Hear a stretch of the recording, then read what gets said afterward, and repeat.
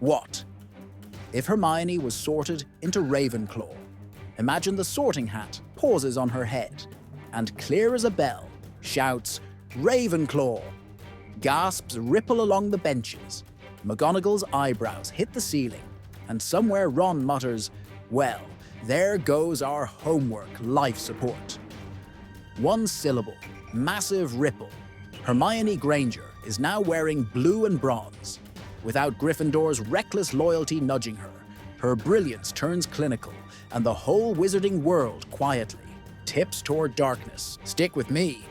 By the end, you'll see how a single necktie can hand Voldemort victory on an eagle-shaped plate. Canon says the hat stalls for 4 solid minutes, muttering, "Difficult, very difficult." Rowling's admitted it was genuinely torn. Hermione's heart beats for books, logic, perfect marks, Ravenclaw's holy trinity. What tips the scale in our timeline is her whispered hope that bravery matters most. But if, that night, she's just read Lockhart's latest autobiography and fancies heroes get the best book deals, she keeps quiet. The hat shrugs, calls Ravenclaw, and the timeline splits. No Hermione in the common room means Ron and Harry are simply those 2 idiots who can't brew a potion. When Devil's Snare attacks, no one yells, "Fire! Fire! You need fire!" Quirrell Penguin slides past the limp vines, snatches the stone, and resurrects Voldemort before first years sit their summer exams. Harry survives. Dumbledore shows up, but the stone's gone. Dark Lord returns 1992 instead of 1995. Oops, Basilisk on the loose. Hermione, eagle eyes blazing, links spiders to monsters within weeks, but she barely knows Harry and Ron. Instead of hauling them to a bathroom, she ships a politely scathing letter to Dumbledore. "Dear Headmaster, enclosed, find 17 footnotes on why the creature is a basilisk. Owl post-crawls, Governor's panic, Dumbledore's sacked. No phoenix, no sword, no heroics. Ginny dies in the chamber, Memory Riddle drinks her life, and teenage Voldemort strolls the halls. 2 Voldemorts, 0 oversight. Hermione still gets ministry approval for overlapping classes, Ravenclaw's pack. Timetables too, but she uses every spare hour for double arithmancy. Not smuggling hippogriffs. Buckbeak's executed, Sirius stays condemned, and Wormtail scampers back to Voldemort. Meanwhile, Hermione's new study squad, Terry Boot, Anthony Goldstein, Luna Lovegood, become the school's intellectual elite. They trade conspiracy theories and correct professors' pronunciation of Accio, clever, insular, utterly useless against werewolves. Harry's name still flies from the goblet. Hermione watches from the library, coding dragon behavior algorithms. When Ron sulks about cheating, no mutual friend rebuilds the bridge. The boys stop speaking. Harry tackles each task solo, finishes last, crawls from the maze just in time to see Cedric, still noble, still Huffle, grab the trophy alone. No witnesses, no body. Voldemort sneaks home like a tourist who's overstayed his visa. No golden trio, no Dumbledore's army. Umbridge runs the school like a pink-tinted prison. Muggleborns start disappearing. Hermione, now prefect, pens a razor-sharp op-ed. 10 ways to spot ministry corruption. It wins an award for analytical writing. It does not free anyone from detention. Luna and Neville, both closer to the Ravenclaws after Gryffindor ostracizes him, raid the Department of Mysteries alone. They don't come back. The prophecy sits, unguarded until Voldemort swans in and hears the full thing. Because remember, the Ministry already fell. Harry finds the Half-Blood Prince book, but Hermione isn't around to hiss, "That spell is seriously dark. Stop it." He carves Sectum Sempra into corridors, almost kills Draco, and gets expelled. Hogwarts' last hope packs his trunk under Snape's triumphant sneer. Hermione, meanwhile, joins Slughorn's elite research track. isolates extra strength, Veritaserum, and lands a Ministry Potions post. She never learns about Horcruxes.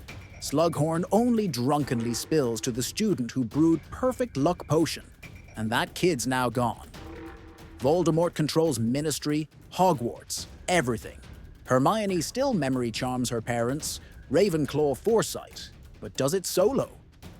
She vanishes with a bottomless bag of books and a wand that's never seen real combat.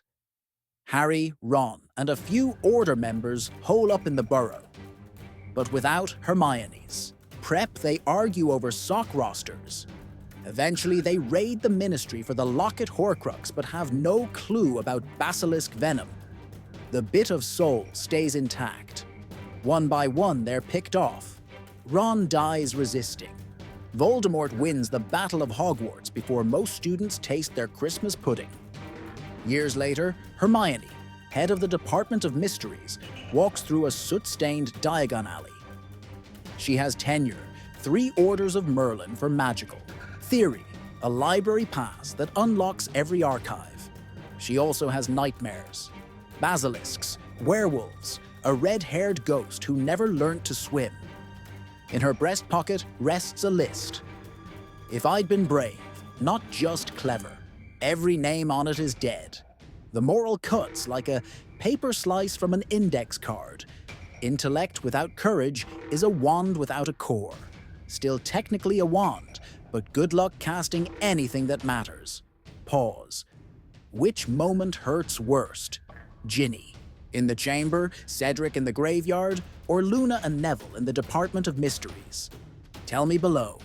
I'm genuinely curious which butterfly wing you'd unflutter if you could. Suppose Eagle Hermione still chats with Harry in Charms class. Possible, but unlikely.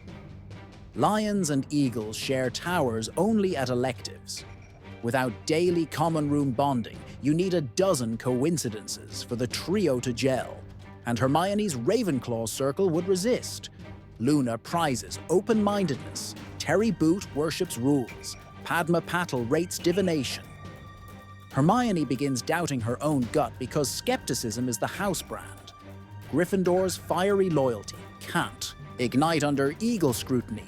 Canon Crumbs still fancies her, invites her to the Yule Ball. Without Ron's jealous fireworks, the chemistry fizzles. They trade polite letters in fractured English and Bulgarian, then drift. No jealousy, no tearful bathroom scene, no epiphany that maybe I fancy the Quidditch guy's best mate.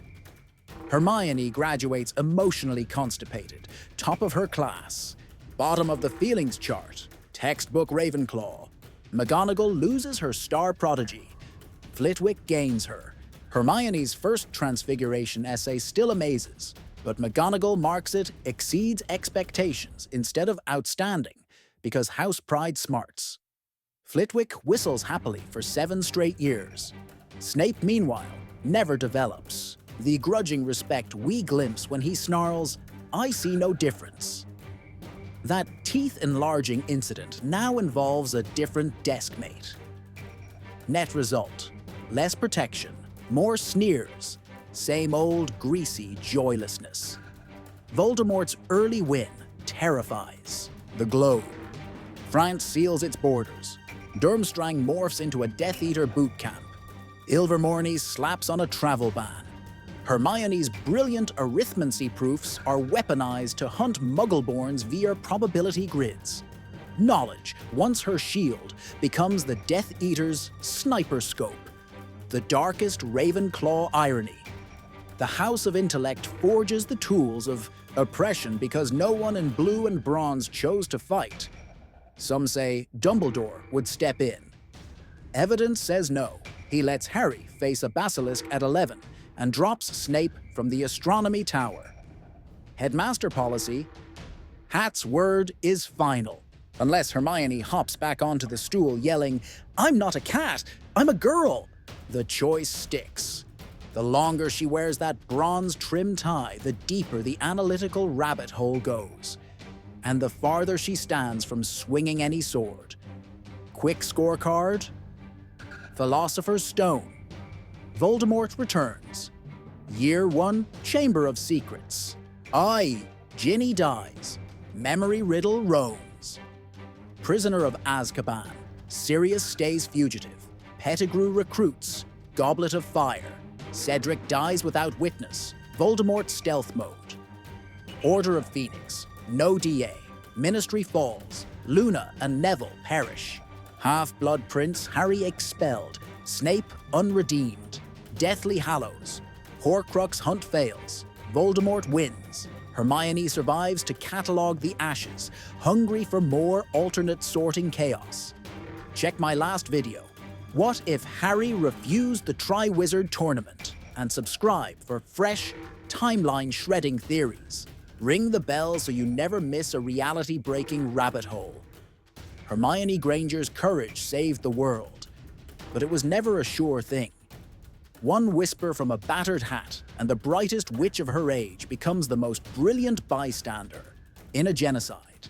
Remember, courage without intellect is reckless, yet intellect without courage is just a very well-read apocalypse. Thanks for watching.